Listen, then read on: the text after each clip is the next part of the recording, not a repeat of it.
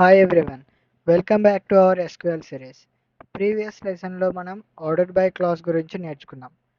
ఈరోజు మనం limit clause గురించి తెలుసుకుందాం. రియల్ వరల్డ్ అప్లికేషన్లో కొన్నిసార్లు టేబుల్లో thousands or lakhs of records ఉంటాయి, కానీ మనకి అన్ని రికార్డ్స్ అవసరం ఉండవు. కొన్ని రికార్డ్స్ మాత్రమే కావాలి. అక్కడే లిమిట్ యూజ్ అవుతుంది.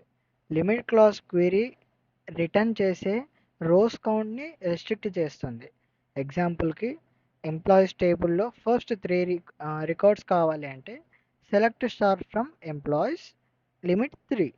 ఈ క్వెరీ ఫస్ట్ 3 రికార్డ్స్ మాత్రమే డిస్ప్లే చేస్తుంది.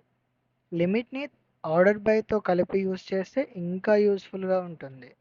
ఎగ్జాంపుల్కి హైయెస్ట్ శాలరీ ఉన్న టాప్ 3 మెంబర్స్ కావాలి అంటే select star from employees order by salary DSC limit 3. ముందుగా శాలరీ డిసెండింగ్ ఆర్డర్లో సార్ట్ అవుతుంది. తర్వాత ఫస్ట్ 3 రికార్డ్స్ మాత్రమే డిస్ప్లే అవుతాయి. ఎట్లా గుర్తుపెట్టుకోవాలి అంటే ఆర్డర్ బై అంటే సార్ట్ డాటా, లిమిట్ అంటే restrict number of rows, order by plus limit అంటే top or bottom records. Next లెసన్లో మనం ఏలియస్ గురించి నేర్చుకున్నాం.